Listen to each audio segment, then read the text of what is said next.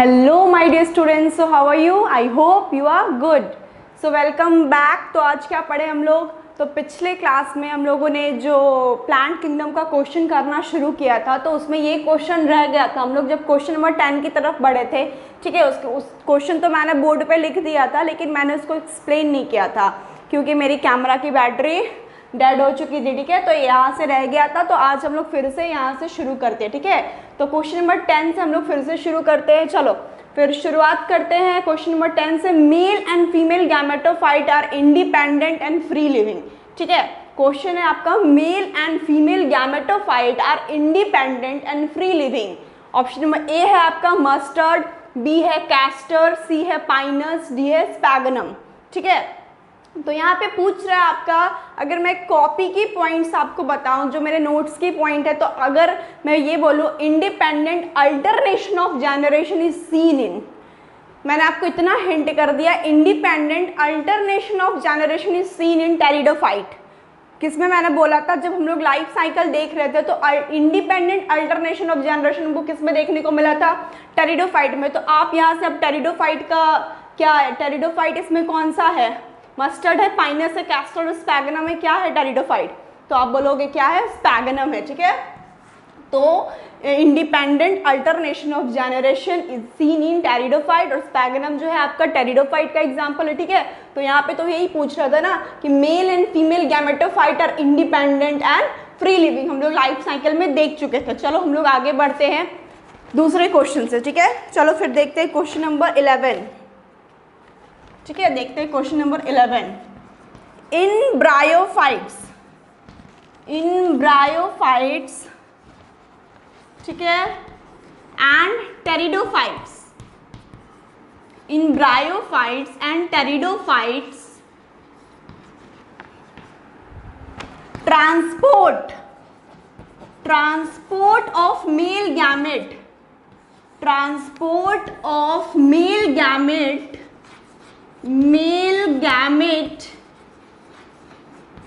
requires, ठीक है,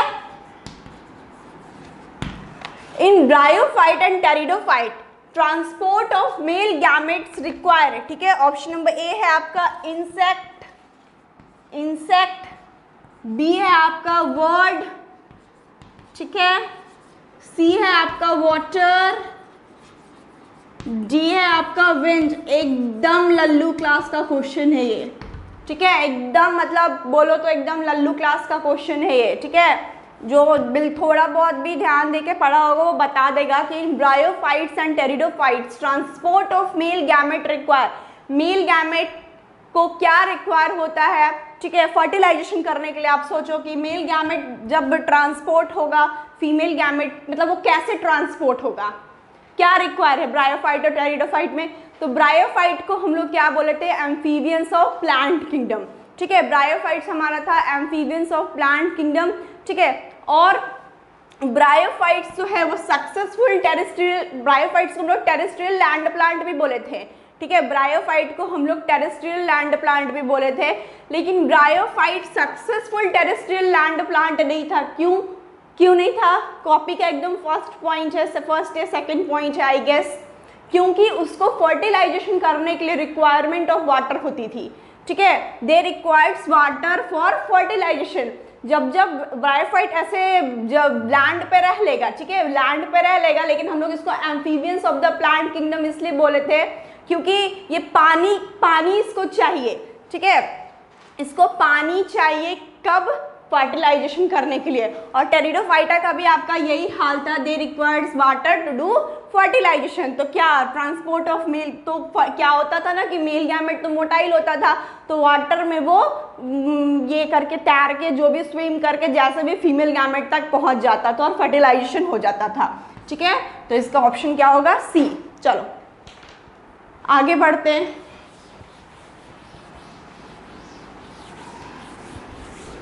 अब वैसे कैसे चल रहा है आपका लॉकडाउन स्लैश, कैसा चल रहा है लॉकडाउन स्लैश क्वारंटाइन? अच्छा चल रहा है? चलो फिर अच्छा भी चलना चाहिए। चल क्वेश्चन नंबर 12 की तरफ बढ़ते हैं। विच of the following shows isogamy? Which of the following shows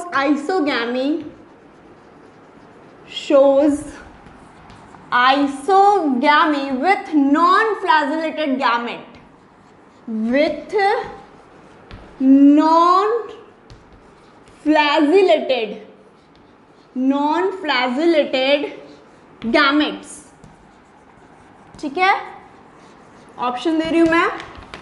option number A Sargassum. Option number B Ectocarpus. Option number C क्या है, यूलोथ्रिक्स. ठीक है, and option number D is your Spirogyra. क्या है आपका, स्पाइरोगाइरा. ठीक है, अब बताओ which of the following shows isogamy. ठीक है, आइसोगैमी बोलने का मतलब पहले आइसोगैमी बोलने का मतलब कि जो मेल और फीमेल गैमेट होगा structurally similar. Male and female gamete are morphologically and structurally similar in case of isogamy. ठीक है, और एनाइसोगैमी बोलने का मतलब मॉर्फोलॉजिकली तो सिमिलर नहीं होंगे लेकिन स्ट्रक्चरली सिमिलर होंगे. ठीक है, तो पूछ रहा है which of the following shows isogamy with non flagellated gamete. कोई फ्लैजेला नहीं होगा. ठीक है, कोई फ्लैजेला नहीं होगा, नॉन फ्लैजेलेटेड. तो कौन शो करते हैं, एकदम टिप पे होगा आपके, क्या, स्पाइरोगाइरा. चलो question number 13. An algae which can B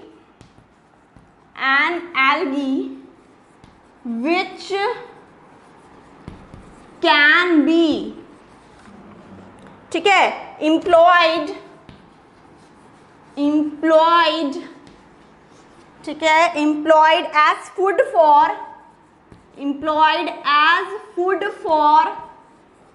human beings. ठीक है, is कौन है, कौन सा एल्गी को भी ह्यूमंस जो है फूड की तरह यूज करते हैं. ठीक है, क्या लिखूं, ulothrix. Option number B cholera. ठीक है, option number B cholera. Option number C क्या है, स्पाइरोगाइरा. ठीक है, और ऑप्शन नंबर जी क्या है आपका, पॉलीसिफोनिया.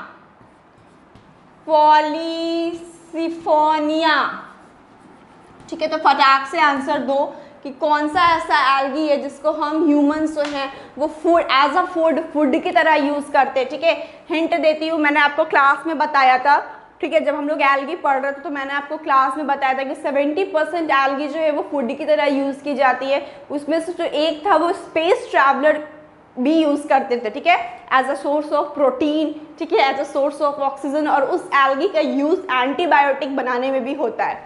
इतना तो मैंने हिंट कर दिया. फटाक से आप लोग क्वेश्चन पे बनाओ, फटाक से सोचो क्या है, हिट करो आंसर, क्या होगा. तो आपका कॉलरा ऐसी एल्गी है जिसको हम लोग फूड, स्पेस ट्रैवलर्स जो लोग स्पेस में ट्रैवल करते हैं वो फूड की तरह भी यूज़ करते हैं. ठीक है, cholera is a source of food for space travellers, source of oxygen. ठीक है, और इम्पॉर्टेंट कॉलरा का यूज़ जो है हम लोग एंटीबायोटिक बनाने में भी करते हैं. ठीक है, क्या बनाने में करते हैं, antibiotic. Do you get it. चलो फटाक से नोट करो, आगे बढ़े हम लोग. ठीक है, याद रखना बहुत इंपॉर्टेंट है, कॉलरा वाला क्वेश्चन आ जाएगा क्योंकि ये स्पेस ट्रैवलर्स, और सारी एल्गी में इतनी प्रोटीन नहीं होती है लेकिन कॉलरा जो है रिच सोर्स ऑफ प्रोटीन है, इसलिए स्पेस ट्रैवलर्स के द्वारा जो है वो कॉलरा का यूज़ किया जाता है. और as a source of oxygen भी. ठीक है, ऑक्सीजन भी ये प्रोवाइड करती है और एंटीबायोटिक बनाने में भी हेल्प करती है. चलो क्वेश्चन नंबर 14 की तरफ मूव करते हैं. ठीक है, which of the following is heterosporous. Which of the following is heterosporous. चलो option number A, option number A Dryopteris, Dryopteris, ठीक है। ऑप्शन नंबर बी है आपका साल्विनिया, ठीक है। ऑप्शन नंबर सी है आपका क्या, एडियंटम, एडियंटम जिसको हम लोग वॉकिंग फोन भी बोलते हैं, कल मैंने आपको बताया था, कल क्या क्लास में भी बताया था। और सेड्रस जिसको हम लोग और क्या बोलते थे, देवदार, सेड्रस को हम लोग क्या बोलते हैं, देवदार, ठीक है। चलो विच of the following is heterosporous, कौन है हेटेरोस्पोरस, चलो फटाक से जवाब दो, हेटेरोस्पोरस कौन है।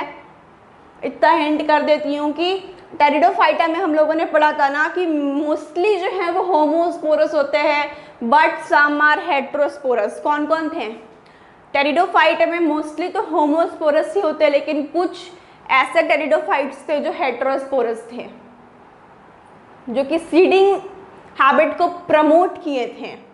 मैंने आपको बताया था साल्विनिया थे, सैलाजिनेला थे और एजोला थे ना, ये सब हेटेरोस्पोरस टेरिडोफाइट थे, सैलाजिनेला, साल्विनिया और ये एजोला, ठीक है। तो यहाँ पे आपका क्या है, साल्विनिया, ठीक है। तो Salvinia is a pteridophyte, pteridophyte जो है वो हेटेरोस्पोरस है, ठीक है। Salvinia is a heterosporous pteridophyte.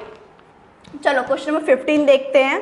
अगार अगार, वाह वाह, अगार अगार इज कॉमर्शियली, बहुत अच्छा क्वेश्चन है लल्लू, एकदम कॉमर्शियली, ठीक है। कॉमर्शियली ऑब्टेन्ड फ्रॉम, जो लोग आइसक्रीम जेली खाते होंगे वो अगार अगार वाला क्वेश्चन ज़रूर करके दिखाएंगे, ठीक है। क्यों, क्यों, क्योंकि अगार अगार का यूज़ जो है वो आइसक्रीम और जेली बनाने में होता है, ठीक है।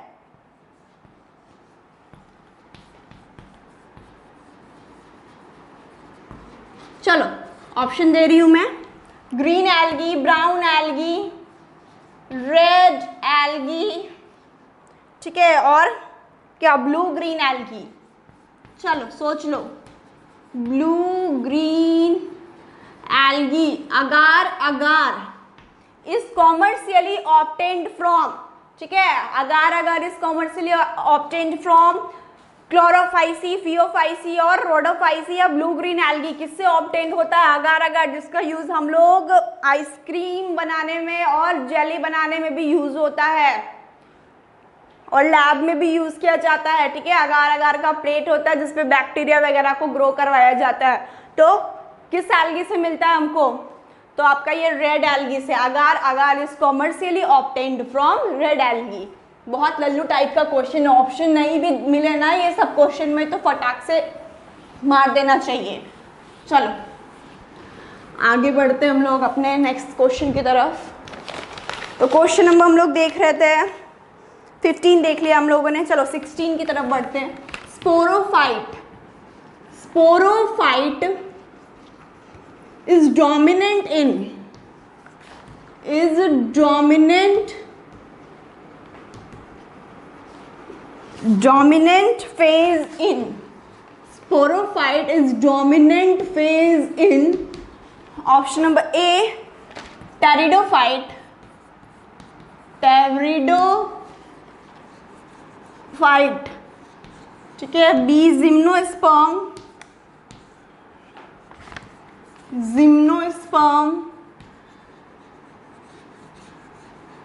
ठीक है। C एंजियोस्पर्म, ठीक है। और आपका D जो है ऑल ऑफ दीज, ठीक है। क्या sporophyte is dominant phase in pteridophyte, gymnosperm, angiosperm, ये ऑल ऑफ दीज। तो आपको मैंने बताया था कि जैसे जैसे इवोल्यूशन होते गया, ब्रायोफाइट, टेरिडोफाइट, जिम्नोस्पर्म, एंजियोस्पर्म, वैसे वैसे गैमेटोफाइट जो है वो लेस डोमिनेंट होता गया और स्पोरोफाइट जो है आपका मोर डोमिनेंट होता गया। तो आप टेरिडोफाइट से देखोगे तो वहाँ पे से आपको मिलेगा कि आपका स्पोरोफाइट जो है ज़्यादा डोमिनेंट होते जाता है, गैमेटोफाइट जो है आपका वो लेस डोमिनेंट होते जाता है। तो फिर यहाँ पे तो है ना टेरिडोफाइट, जिम्नोस्पर्म, एंजियोस्पर्म, तो स्पोरोफाइट वाला फेज जो है वो तीनों में डोमिनेंट होता है। चलो question number 17, seed habit, very interesting question, बहुत लोग फंसोगे इसमें। ठीक है, seed habit, seed habit was established, मैंने पहले ही बोल दिया, बहुत लोग फंसने वाले हो इसमें। Established in which of the following, which of the following, आंख खुली रखना, ठीक है, आंख खुली रखना, फंसना मत, पहले ही मैंने हिंट कर दिया। टेरिडोफाइट शॉर्ट में लिख रही हूं, ठीक है, टेरिडोफाइट, जिम्नोस्पर्म, एंजियोस्पर्म, ठीक है, और D none of these, NOT, none of these short में मैंने लिखा है। Seed habit was established in which of the following, पहला सीड हैबिट कहाँ आया था, किसमें आया था, टेरिडोफाइट, जिम्नोस्पर्म, एंजियोस्पर्म या नॉन ऑफ दीज। फंसना मत, दिमाग खुली रखो, आँख खुली रखो, बताओ।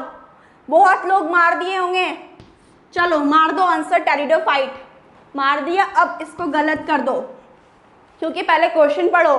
क्वेश्चन में है seed habit was established in which of the following, किसमें पहले सीड आया था, एस्टैब्लिश होना का मतलब किसमें पहले सीड आया था। अगर ऐसा क्वेश्चन रहता कि सीड हैबिट को पहले प्रमोट किसने किया था, तब आप टेरिडोफाइट बोलते, ठीक है। यहाँ पे ये वाला लाइन देखो, एस्टैब्लिश, ये पॉइंट देखो, तो इसके अकॉर्डिंग अगर आप ध्यान से क्वेश्चन पढ़ना, पहली बात तो इतना लल्लू टाइप क्वेश्चन एग्जाम में आने वाला नहीं है, क्योंकि एनसीईआरटी का भी ऐसे डायरेक्ट पॉइंटेड क्वेश्चन को ट्विस्ट करके दिया गया है कि seed habit was established in which of the following, मतलब पहले किसमें सीड आया था। अगर प्रमोट वाली बात होती तो टेरिडोफाइट होता, लेकिन सीड पहले किसमें आया था, जिम्नोस्पर्म में। भले ही इसमें फ्लावर वगैरह नहीं आया था, क्योंकि इसमें ओवरी जो है वो ओवरी वॉल से कवर्ड नहीं था, लेकिन सीड तो था ना जिम्नोस्पर्म में। तो एस्टैब्लिश्ड पहले जिम्नोस्पर्म में हुआ था, और प्रमोट पहले कौन किया था, आपका टेरिडोफाइट। चलो आगे बढ़े, क्वेश्चन नंबर 18 देखते हैं, ठीक है। In ferns the permanent root are, in ferns the permanent root are, permanent roots are, ठीक है। Option number A tap root, option number B adventitious root, ठीक है, adventitious root. Option number C tuberous root, ठीक है। Option number D rhizome. तो फटाक से सोचो कि फर्न्स में परमानेंट रूट कौन सा होता है, ठीक है। फर्न्स में परमानेंट रूट आपका कौन सा है, tap root, adventitious root, tuberous root या राइजोम। सोच लो, सोचो। टैप रूट एक ऐसा रूट है जिसमें डायरेक्ट इलोंगेशन होता है रेडिकल से, तो ये तो होने का कोई सवाल ही नहीं है। टैप रूट एक ऐसा रूट है जिसमें डायरेक्ट इलोंगेशन होता है रेडिकल से, तो टैप रूट तो फर्न्स में होने का सवाल ही नहीं है, क्योंकि रेडिकल ही नहीं होगा तो टैप रूट कहाँ से होगा। और फाइब्रस रूट भी होता तो वो नहीं होता, क्योंकि यहाँ पर रेडिकल नहीं है, ठीक है। और ट्यूबरस रूट बोलने का मतलब ट्यूबरस रूट जो है फुला होता है due to storage of food, ठीक है, इसमें स्वेलिंग होती है, ये भी नहीं होगा। राइजोम तो आप बोलोगे नहीं, क्योंकि राइजोम क्या है, स्टीम लाइक स्ट्रक्चर को हम लोग राइजोम बोलते हैं। रूट से हम, ये रूट है ही नहीं, राइजोम तो स्ट्रीम लाइक स्ट्रक्चर है ना। टेरिडोफाइट में हम लोगों ने पढ़ा था ना कि टेरिडोफाइट में भले ही ये वैस्कुलर सिस्टम प्रेजेंट, ये थैलस लाइक बॉडी था, उसका absence of true root stem और लीफ था, लेकिन उसके जैसा स्ट्रक्चर प्रेजेंट था। तो स्टीम का कैसा स्ट्रक्चर प्रेजेंट था, राइजोम लाइक। तो राइजोम तो स्टीम का फॉर्म हो गया, रूट में तो हम इसको काउंट ही नहीं करेंगे। टैप रूट होगा नहीं, क्योंकि रेडिकल है नहीं, ट्यूबरस रूट होने का सवाल ही नहीं है। तो अब तक क्या होगा, एडवेंटिशियस रूट होगा आपका, ठीक है। क्या होगा आपका, एडवेंटिशियस रूट। एडवेंटिशियस रूट जो है वो किसी अदर पार्ट से के ऊपर ग्रो करेगा, ठीक है। रेडिकल के ऊपर किसी भी पार्ट से वो ग्रो कर सकता है, ठीक है, एक्सेप्ट रेडिकल से ग्रो ना करके वो किसी भी पार्ट से ग्रो करता है आपका एडवेंटिशियस रूट।